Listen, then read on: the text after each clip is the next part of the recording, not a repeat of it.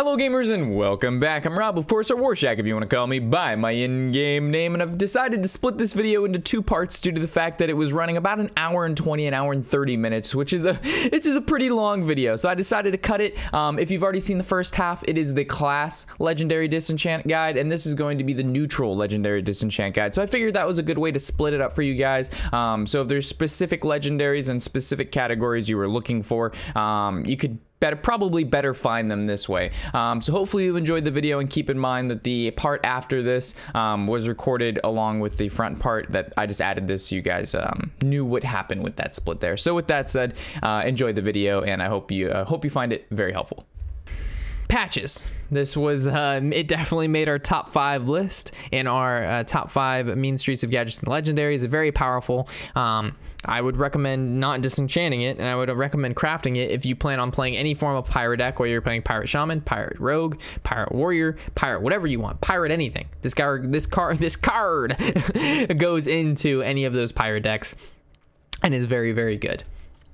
Shifter Xeris. Cool card, fun card, looks cool. It's a 1-drop, 1/1 each turn. This is in your hand. Transform it into a random minion. And the reason I didn't explain patches so much is because if you play Hearthstone, you've seen this card. I shouldn't have to explain this. And if you haven't seen it and you don't have no idea what I'm talking about, trust me, when you do see it, you'll understand what I'm talking about. Shifter Xeris. This card can be interesting if you get it from maybe like a dark peddler, or it gets generated from something outside of having it in your deck. I do not recommend having it in your deck, as it's random, right? So some situations, sure, you'll get exactly what you need for the situation you're in. Shifter Xeris is like the best card ever, right? But unfortunately, a lot of the times that it's not going to turn into the card that you really want, and it's just worth to disenchant it and turn it into something that you really need instead of just some random card, right? Sir Finley Mergleton is found in very aggressive decks that want to change their hero power into something more aggressive. So for example, Pirate Warrior. Pirate Warriors run a very fast pace, wanting to kill you as soon as possible deck. Same thing with Pirate Shamans. Their hero powers, however, are very controlling, very value oriented. So with that in mind, they want to change those hero powers into something a little bit more aggressive. A card like this allows them to do that.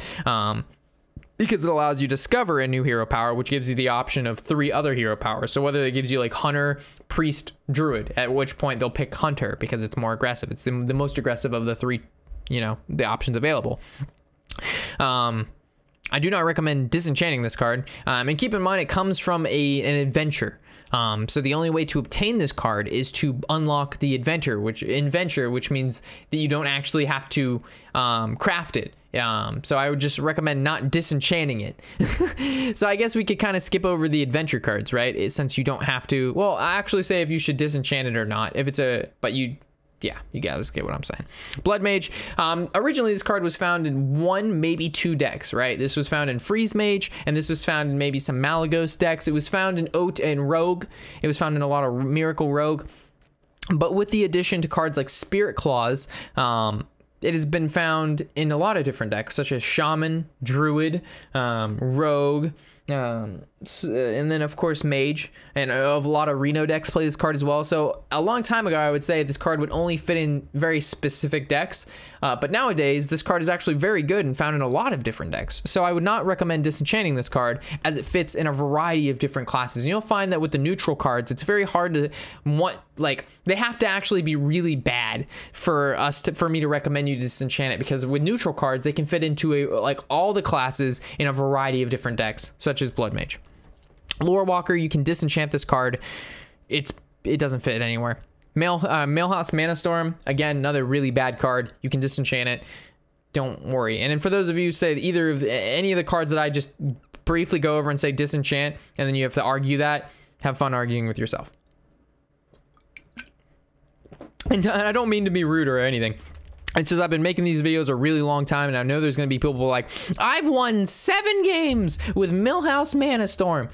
Boy, oh boy, this guy is a 2-drop 4/4, the best thing since Hearthstone ever. And whether they're being serious or not, I'm only trying to help you. Why would I make this video if I'm not trying to help you? So just keep that in mind. Nat Peggle, you can disenchant this card. He's bad. He used to be a lot better. It used to say at the end of your turn, you have a 50% chance to draw an extra card.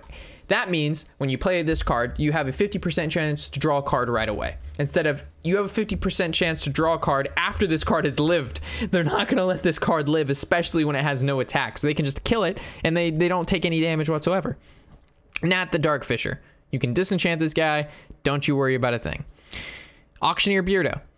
There's one deck where this guy fits, and it's not very good. You can disenchant this guy. You don't have to worry. Brant. Comes from an adventure mode. Do not disenchant him. Very, very powerful. Very powerful. Darkbane.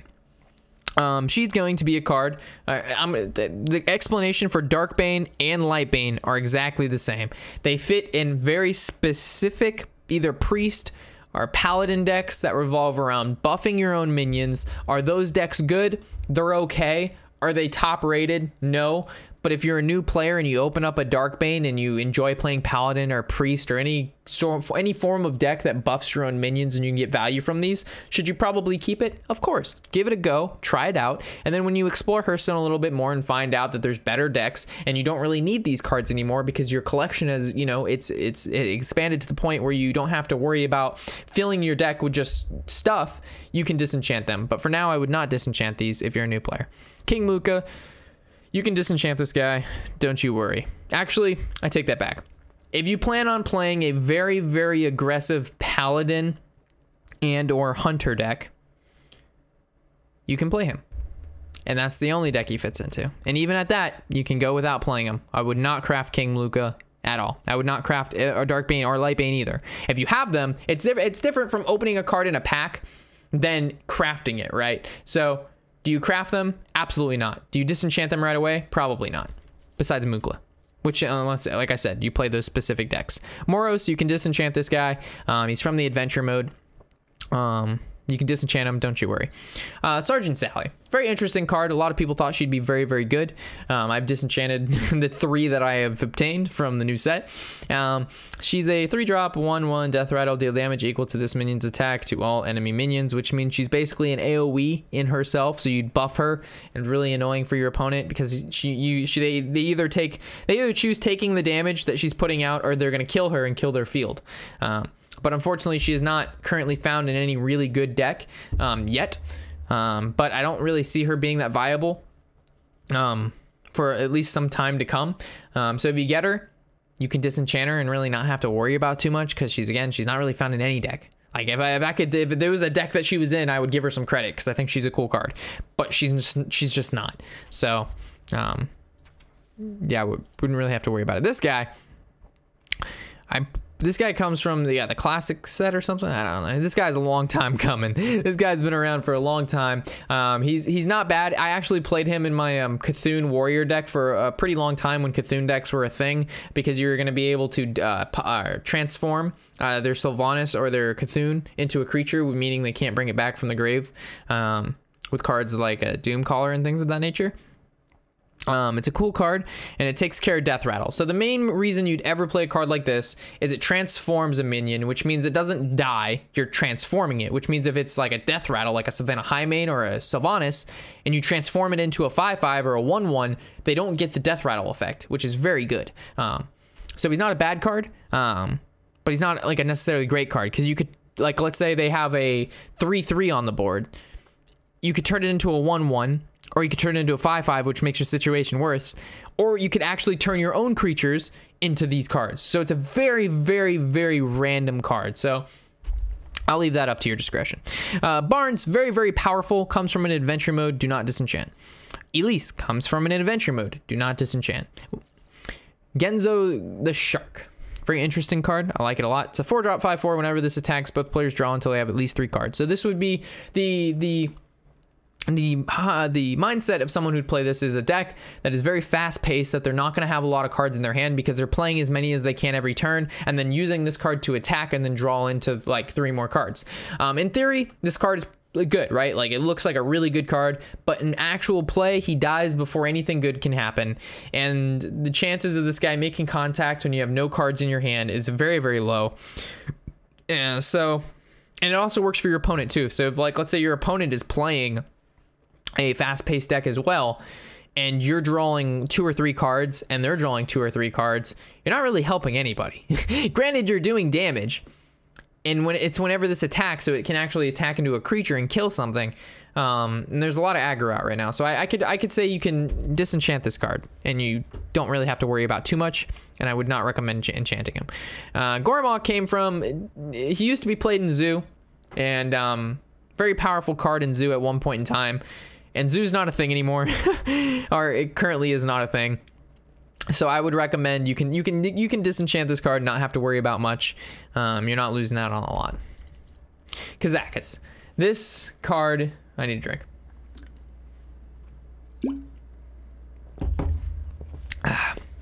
This guy is a very, very powerful card to put into any Reno deck, any one-of deck. This is almost, I wouldn't say a reason to run a one-of deck, but this alongside of Reno Jackson and all the other good one-ofs they put in this expansion, it just makes the Reno decks that much stronger because the potions that this card generates are so very good. This is by far probably the most highlighted card out of the expansion, along with Patches. Very powerful. Do not disenchant, and if you plan on playing any form of Reno deck or one-of deck, this is a card I would recommend crafting first. Like, you get Reno and then you get this. That's the order, because this without Reno, not as good, but still good. Reno and then this, you're in a great spot. Captain Greenskin, only found in Pirate Warrior or Pirate Rogue. Those are the only 2 decks, and even those decks, you don't necessarily have to have this card for it to perform well. So let's say you open this up in a pack. Pirate decks are cheap. Play your pirate decks, get your use out of it, and then you can disenchant them later on when you get like a Leroy Jenkins or something like that, where it can be played in any deck. Not that this card can't be played in any deck, but Leroy Jenkins fits into any, he fits into other decks besides pirates, right? He doesn't have to have a weapon. You don't have to have a pirate on the board. It's all this good stuff. So Finja. I've done some testing with this guy, and I found out he's actually not too bad in the Any-Fin Paladin deck. He's kind of cool, but he only works, I don't say he only works, because he works in any deck that you're playing Murlocs in. He's a little bit too slow, but I do not recommend disenchanting him. I really think Murlocs, whether they're going to be the top, like I mentioned before, I want to target this towards like really popular and powerful decks, and I'm trying to help you towards a way. But this is just a really cool card. Come on, guys. He's a fucking Murloc ninja. Give me a break here. So I do not recommend disenchanting him, and if you're looking to build a Murloc deck, you can craft him. He's a cool guy, and he'll get you a lot of value. That's one of the exceptions to me being serious. Like, this is just a cool fucking card. Oh, God. Harrison Jones. For those of you who are new, you don't actually have to craft this guy. You can just play Acidic Swamp Ooze. He's a common, and he does the same exact thing, but instead of drawing, you just destroy the weapon, but he costs 3 less. So you're replacing drawing with just destroying, but you get to play him for 3 less mana. So, and it's a little bit different stat. He's a 3/2 instead of being a 5/4. But I would recommend almost Ooze over Harrison right now, in my opinion. So I wouldn't say disenchant this guy, but I wouldn't go out of my way to craft him first.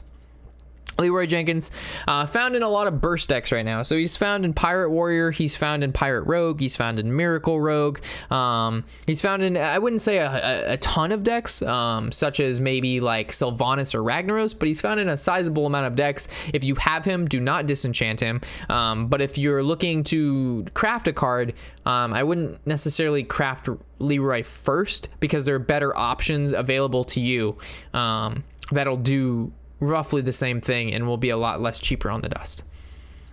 Nexus Champion Sarad. I mean, as good as this card looks, it's not that great.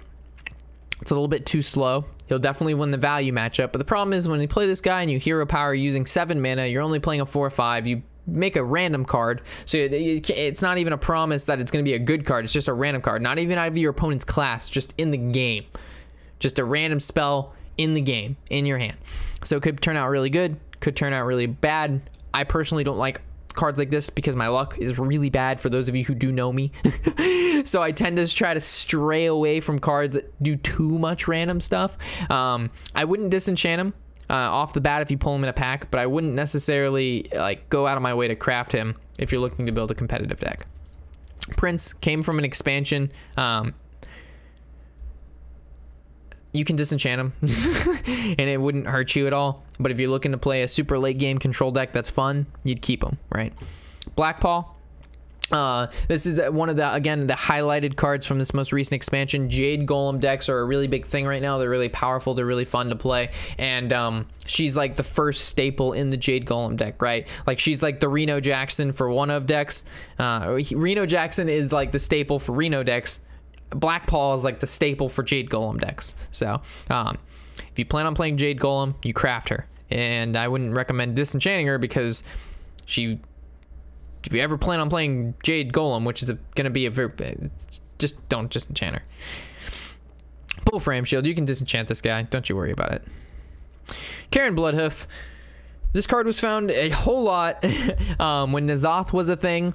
He got a lot of value because they nerfed the silence ability, which allowed Death Rattle to thrive, and they thrived very hard for a long time. But now this guy has become a little bit too slow for the current meta again. So this guy was very popular, died out, became very popular, died out, very popular, and has now died out again. So this guy again is from the classic set. He's been around a long time. I do not recommend disenchanting him because he's going to be around a long time. But I wouldn't recommend crafting him on your first tier list. But if you get him, he's not a bad card whatsoever. How many cards? How long do we have to go? Oh boy, we've got some ways to go. So there might actually be a pause here because I'm getting some text messages.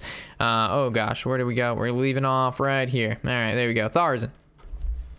Very powerful card in any combo deck, such as Freeze Mage, Druid. Those are the only ones that really come to mind. I could be missing out on something big here because we've been recording for a long time. But he comes from an adventure mode, so I would not recommend disenchanting him. And he's a good card. Hogger. I would place him into a 2 because he's not really found, but he's not a bad legendary. He's not like a trash one, but he's not really good. Like on our free-to-play account, he was our first legendary we ever opened up. We put him in every deck, and he performed fairly well. But is he found in top tier decks? Absolutely not. Illidan Storm Rage. Very interesting card. He's been tested a lot. The problem with this guy is he has 5 HP. He dies too easily, and then whenever you play a card, summon a 2/1 flame. So you play this guy on 6 and he dies. If you play him on 6 and he lives a turn, you summon a bunch of dudes, and then there's a card called Maelstrom Portal, which costs 2 mana and does 1 damage to everything, or 2 if they have a spell power something out, and everything's dead. So there's just better cards to put into your deck. I would not go out of my way to craft this guy, but I would not go out of my way necessarily either to disenchant him because he's a neutral. He fits into a bunch of different decks, and if you're a new player, he can save you some games.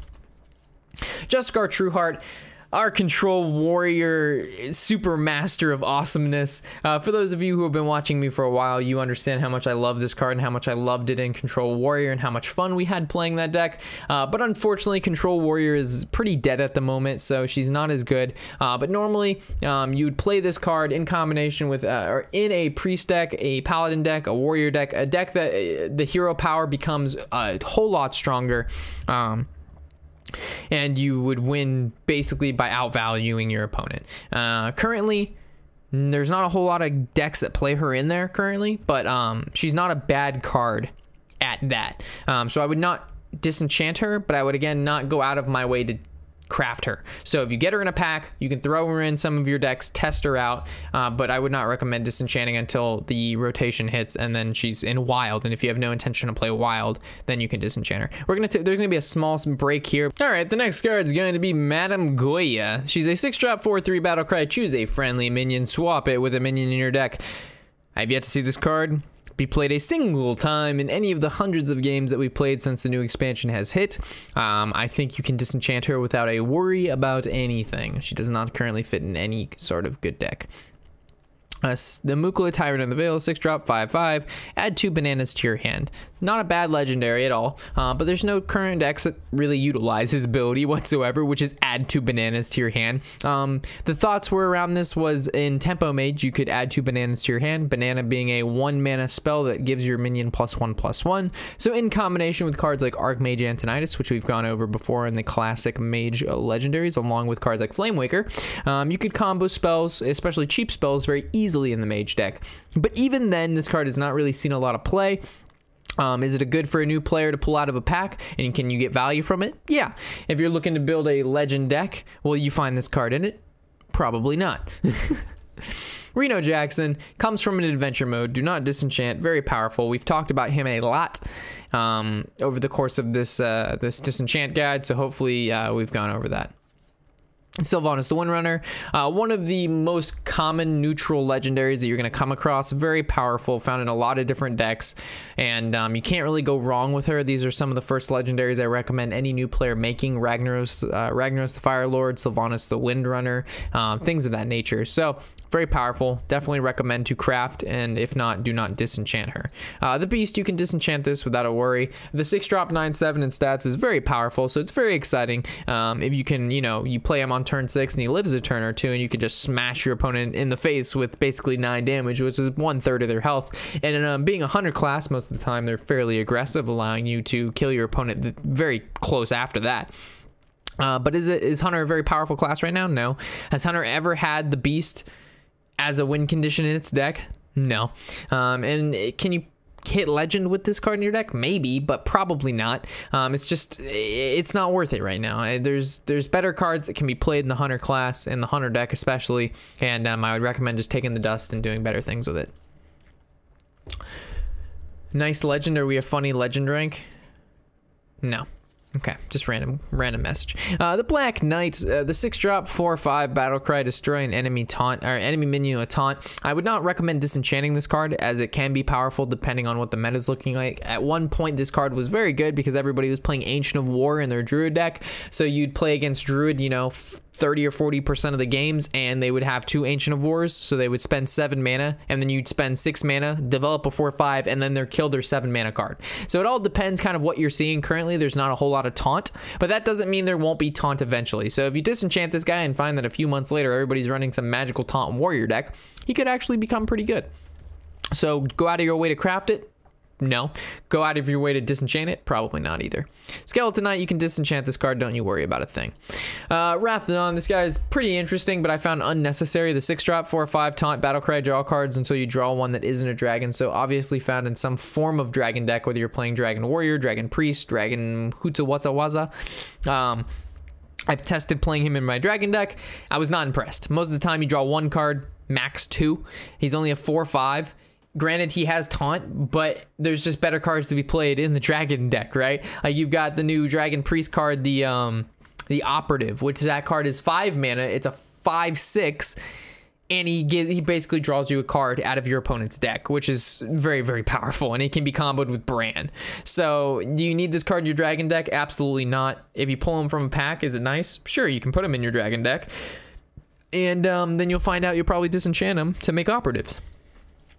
Baron Geddon, this card was actually found a whole lot for a while there before the end or the beginning of Mean Streets. He was found like the last month there. He was found in Druid decks, he was found in Warrior decks, he was found in some Priest decks. He was found all over because Shaman was so powerful, and he does 2 damage at the end of your turn to all characters on the board. So he's basically can kill any totem that's on the board, and because Shaman was again the majority of the classes that you were playing against, like 30 or 40% of ladder was Shaman, this card is very powerful. So as you can tell, cards fluctuate in and out based on what is the most popular and not popular decks, this being one of those cards. Currently, this card isn't really found in any deck, but he was found in almost a whole bunch of decks prior to this expansion. So should you just disenchant Baron? No. Should you go out of your way to craft him? No. Chillmaw, very interesting dragon. The 7-drop 6/6 taunt death rattle. If you're holding a dragon, deal 3 damage to all minions. This was a card found in almost every single Dragon Priest deck prior to the new expansion, but not that Dragon Priest was very good then, but it was found in a lot of dragon decks, right? It was just a large dragon that had basically a field removal built into it if you have a dragon in your hand. I don't recommend disenchanting it, but there's better dragons to craft, right? So let's say you open this from a new player, you open it from a pack, you want to build a dragon deck, you can put it in there and it'll perform well. But if you already have a dragon deck and you don't own this, should you craft it? Probably not. Don Hancho, the 7-drop 5/6. It's one of the gang leaders, very similar to Kazakis. The battle, I wouldn't say very similar to Kazakis because their abilities are very far apart, but you know, I meant by the gang leader. There's 3 gang leaders, one being the Black Paul, one being Kazakis, and this one is the other guy, Don Hancho. Call him Han Solo. I don't know why. Battlecry, give a random minion in your hand +5/+5. So it basically gives you another free okay, so it's a 7 mana 5/6. Stats aren't bad, but the Battlecry is again what makes this guy good, and he's basically a 7-drop 5 or a 10/11, which is really good in stats. But the thing is, you have to have a creature in your hand, and that creature has to be worthy of putting 5/5 stats on it, right? It can't just be like a really bad creature. I mean, it can, and it makes it really good. But imagine putting 5/5 on a card like Hellscream, or a card that has Charge or Taunt or some really nice ability. So currently, this card, there's not any good decks that run this card in here. I'm gonna be honest. I've been testing. This card is, we're going to get there. But currently, do you need this card in any of your decks? No. So you don't need to rush and hurry and craft On-Hand Show because you think he's amazing. I'd much rather, if you're going to craft a new legendary, craft, you know, Patches, craft Kazakis, craft Black Paw, you know what I mean? But if you get this guy in a pack, should you disenchant him right away? Probably not. You hold on to him for a little bit, and maybe he'll be a good deck with him in there later. Hogger Doom of Elduin. Yes, 7-drop 6/6. Whenever this minion takes damage, summon a 2/2 null with Taunt. Very similar to Hogger's ability, but he's like Corrupted Hogger. He's not terrible, but he's not the best, right? And he summons Taunts, which is cool. So, new player, pull him from a pack. Fantastic, good for you. Don't mean that sarcastically, like good for you. Got a good, decent legendary, right? There's much worse that we've gone over. But is he found in any super nice tier 1 decks that are going to super get you to legend ASAP? Probably not. And he fits into any deck. So I don't really recommend disenchanting him because as a new player, he's not a bad card. He's definitely not one of the worst, but he's not the next level legendary you're looking like. He's not like a Black Paw, right? Blackhand comes from an adventure mode. This card is absolutely trash in my opinion. You can disenchant him. There's going to be some arguments that Brian Kibler played him in his Dragon Priest deck, and he did this, and that's great. That's one deck, one time, like 7 or 8 months ago. No. This guy, Captain Crag, he's got Charge, and this guy fits. He's basically the Leroy Jenkins replacement in the Pirate Warrior deck is what I've been seeing recently. Just because most of the time you're gonna have 3 or 4 pirates out, if not more, and this guy's gonna cost 3 or 4 mana. He's got a 4/6. He has Charge. He has 6 life, which means he's pretty annoying for your opponent to get rid of. And on top of that, he's a pirate. So if you're playing Pirate Warrior or Pirate Rogue, this is a decent card. If you're playing any other deck at any other time, you have no intention of playing a pirate deck, you can disenchant this card. You don't have to worry about a thing. Curator comes from an adventure mode.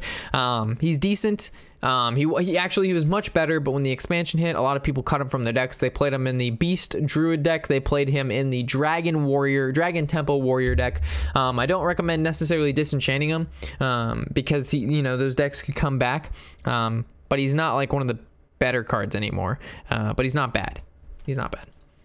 Twin Emperor Veclor, this is basically one of the Cthulhu staples. If you plan on playing a Cthulhu deck, you definitely want this in there. So if you plan on playing a Cthulhu deck, you'd obviously craft him. But if you don't plan on playing Cthulhu deck, I don't recommend you disenchant him because you're going to want to play Cthulhu eventually, and then you're going to need this card. And then you're going to yell at me because you disenchanted him. So I would just keep him. He's not the worst thing in the world. And maybe when the old god cycles out, you can disenchant because then you'd get a wild mode. But for now, I'd keep him. Chromagus, he's a large-scale dragon, so for example, if you don't have Ysera or Alexstrasza and all you can afford was the expansion that this guy came from, keep Chromagus. But is he a dragon that is found in any high-rated dragon deck? No. Has he ever been a very competitive card, seen and won some major tournament? No. Is he good, though? Can he win you games? Yes. Whenever you draw a card, put another copy into your hand is extremely valuable, but the thing is he has to live a turn. Your opponent is not going to let this card live a turn. They are going to do everything they possibly can in their hand to make sure this card does not live. They're going to kill this 2-headed dragon ASAP. So in this card, you would normally play this and then you'd Power Word Shield it, or maybe play another card with it that allows you to draw immediately, so at least you get some value out of it, and then if it lives, then you just basically win the game. But he's a little bit too slow, but not that he's bad. So if you're new to the game, got the expansion, one of your biggest cards that you have currently, keep them. But you can disenchant them later once your collection hits a bigger rank. Gruul, this is, again, brand new to the game, open up your first packs, get Gruul. You can keep him, you can put him in any deck you want. He's your late game win condition. But is he a legendary that's going to take you to the legend rank or high ranks? Probably not. This card is easy to remove, doesn't impact the board immediately. A lot of cards like this, and a lot of questions people ask are, well, like, why is it not good? He's going to be huge, he's going to be big, and he's going to deal a lot of damage. He doesn't do anything when he comes out immediately. Ragnaros the Fire Lord, Ysera, Sylvanas, they all do something either when they're destroyed, which is fine, because if it's not destroyed, it's attacking, and if it's destroyed, then you get an ability too. And if it's not at the end of the turn or immediate, like Ragnaros that does 8 damage as soon as it dies, or as soon as the end of the turn comes, you get value immediately, right? You're able to do 8 damage to something, either killing a creature or dealing damage to your opponent's face. As for this, you play it, you end turn, and nothing has happened. You're waiting. If it lives, then you're happy and you can do something. But you just can't base that every creature you're going to play is going to live, especially when you play a really valuable minion like this. Medivh, the 8-drop 7/7 Battlecry, equipping the Great Staff of the Guardian. I need another drink. We're dying here, folks. We'll probably break this video off into 2 parts. An hour and 20 minutes is a killer video for anybody. So, comes from an adventure mode. Do not recommend Disenchant, but I don't recommend you play it in every deck that you can possibly play, because like I mentioned before in this video, weapon removal is very high right now. There's a lot of people playing Acidic Swamp Ooze. There's a lot of people playing Harrison Jones. There's a lot of people playing the other Ooze card, the 4-drop 4/3 remove a durability from your opponent's weapon. Therefore, playing cards that give you weapons, and that's the only reason they're good. Like, the only reason this card is good because it gives you a staff, and that staff says whenever you cast a spell, summon a random minion of that spell's cost. Very, very good. Very value oriented, can win you games. But is it currently good in this meta? No, it is not. Ragnaros the Fire Lord. We've been over why this guy is good. Craft him if you haven't, and if you have him, do not disenchant him. Boogie Monster, you can disenchant this guy. Don't have to worry about a thing. Alexstrasza, you can craft. I wouldn't recommend crafting him at the top of your list. He fits in very particular, or she fits in very particular. I know there's gonna be people like, you called him, her, and her hit, and that, and it's fine. Anyway. Fits in Freeze Mage, fits in sometimes the Reno Warlock, it sometimes fits in Dragon Priest if you really wanted to, but this card is found in very particular decks, so I wouldn't go out of my way to craft it, but if you get it, I wouldn't disenchant it because it's still a good card to play in whatever deck you're wanting to build at the lower ranks. Reform comes from an adventure mode. It's a fair card. Again, if you're new to the Hearthstone scene, you don't have a lot of legendaries, you can throw cards like this in your deck and they'll get you some wins sometime. But as you expand your collection, you'll find that you really don't need cards like this, but I still recommend don't disenchanting it because it's still good. Ice Howl, you can disenchant this guy. You don't have to worry about a thing. This comes from non-adventure mode. Major Dormo comes from, I'm pretty sure, in adventure mode. You can disenchant him. You don't have to worry about a thing. Malygos fits in very particular decks. He fits in, Malygos Rogue, Malygos Druid, decks that revolve around dealing a large quantity of spell damage over a course of 1 to 2 turns, killing your opponent extremely quickly. So with that said, you don't play this card in every deck. You can play it like if you're a new player, and I keep referring to new player because this is where this video is targeting, because you don't know what you're supposed to be doing, and hopefully this is a brief explanation. But if you get it from a pack, keep it, don't disenchant it, but keep in mind it's not a card you just throw into a warrior or whatever the fuck you want. It goes into specific decks, and it wants to accomplish a very specific thing. You don't pay 9 mana for a card with 4 attack. This +5 spell damage is what you're looking for here, and this 12 HP means it's not going to die, which means it's maybe going to live a turn or 2. So Mayor Noggin Folger, which means he's a 9-drop 5/4. All targets are chosen randomly. Not a very competitive card. You can disenchant him. You don't have to worry about a thing. Yeah, fun card though. Everything's chosen randomly, so you could theoretically just, your opponent kills your opponent, right? But chances of that are very, very low. Neff comes from an adventure mode. Decent dragon, decent high drop dragon that generates some value with its battle cry. I don't recommend disenchanting it. It's a good card. Nurse Domo, you can disenchant this card. You don't have to worry about a thing. Unless you're brand new to the game and you have 0 cards and this is the biggest card you have, then sure, keep it for a little bit, but it's not very good. Onyxia, good. She's found in Some dragon decks play her. She's found in Token Druid, or used to be found in Token Druid, but I'd still play her in Token Druid because her and Savage Roar is GG no re. And she's just a decent dragon. If you pull her in a pack, keep her. If you want to craft her, I wouldn't recommend her being the first card you craft. Zagoth, this is another card that if you pull out of a pack, you can keep it, but I wouldn't recommend crafting it. It currently doesn't really fit in any really powerful decks besides maybe like a Taunt Warrior, a Bolster Warrior, some late game control priest deck. It can't be targeted by spells and hero powers. What makes it so powerful. So you play against like another control deck and they can't target it with a spell, which means they can't remove it off the board. And a lot of control decks, they don't run really big minions, and if they do, it's only 1 or 2 of them. And the chances that them having that creature exactly when you have this on the board so they can kill it easily is fairly low. So a decent card. Don't recommend disenchanting it, but I don't recommend enchanting it first or crafting it first. Ysera, high level dragon, very powerful. This used to be one of the best cards in the game, but as time moves on, cards change, and some become worse, some become better. This is one that's always kind of, it used to be very good, but it's still good. I recommend playing it in Dragon Priest, just because it's so hard to kill. And again, this is another card. At the end of your turn, add a dream card to your hand. We're not going to go over every dream card, but they're very good, very powerful, and can win you games. And if this card sits on the board for 3 turns or more than 2 turns, you just win. Cthulhu, you get this guy for free for getting your first Old God pack. Don't disenchant him. Deathwing, I don't recommend disenchanting him because he actually, at some points in time in the meta, it's pretty good. But currently, is he found in any really good deck? Not necessarily, but people still play him like as a super late. Okay, so Tempo Dragon Warrior or Dragon Priest, he's your oh shit button. He's your new, I wouldn't say new Yogg-Saron, but he's like Yogg-Saron when you've got no way to clear the board or to kill a minion or to possibly come out of any situation. You come out with this card, you play him on the board, you discard all cards die on the board, and you discard your entire hand, and you just slap this 12-12 baby down on there and say, can you deal with this 12-12? Because if not, I will win over the course of 2 turns. So he's basically your oh shit button. I wouldn't craft him first, but I wouldn't disenchant him. Almost there, folks, almost there. Deathwing the Dragon Lord, you can disenchant this guy. I wouldn't worry about a thing. N'Zoth the Corruptor, very, very powerful legendary. Fits in all, he's a neutral legendary, so you can put him in any deck you want. And as long as you have at least 4 or 5 powerful death rattles, you make this guy worthwhile. And I would definitely craft him if you're looking to play any control or any death rattle deck. And very good. Yogg-Saron, this guy used to, I would have to say before, this guy was like one of the first legendaries I would craft. Back when he was really good. He's still good, but he's just not as good because they've changed his text. So like, let's say you play this card and he starts casting all of the random spells that he does when he gets casted, and he kills himself, all spells stop. But before, spells would continue until all the spells that you've casted that game have been replicated through his random spells. But since he dies now, or since the spells stop if he dies now, which was basically a soft nerf, or like a, sizable nerf. It's a nerf, but he's still good.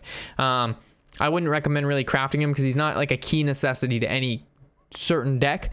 But if you have him and you want to play him in like your mage deck or your control warrior or whatever deck, you have to have at least 12 spells in the deck in order to get value out of this guy. Because if you have like fucking 6 spells in the deck and he only casts 3 when he comes out, that's not a whole lot of value. But if this guy is throwing around anywhere but like 6+ spells, you're in business.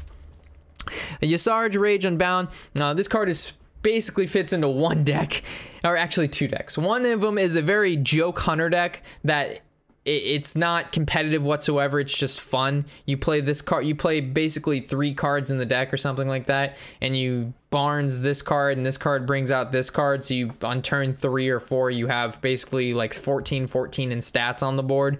But that's not a very competitive deck, and that's not what we're aiming for. And the other one's going to be a Ramp Druid deck, and that deck is also, it's a decent deck. It's a fun deck, but is it like a tier 1 deck that's going to take you to victory? No. Is it a deck that, can you play this card in a variety of different classes? No. So you can actually disenchant this card and you really don't have to worry about a thing because you're not really missing out on anything because he's found in really one specific deck that isn't that great. So with that sums up all of the legendary cards from the standard set. I've gone over them all, explained them to the best of my ability in what I hope to be the shortest amount of time. But again, guys, this game, you're not going to get all the information in 5 minutes. It's going to take, you're going to have to spend the time to want to learn the stuff in order to get the knowledge you need to do well, just like any other thing in life. So hopefully you've enjoyed, and again, if you have any additions to anything I've mentioned previously, because I can't go over everything, leave it in the comment section below. So for those newer to intermediate players looking for further help, can look to the comment section below for some more resources. And hopefully you've enjoyed, like I mentioned before. As always, guys, I'm Warshack, and happy whatever the hell day it is.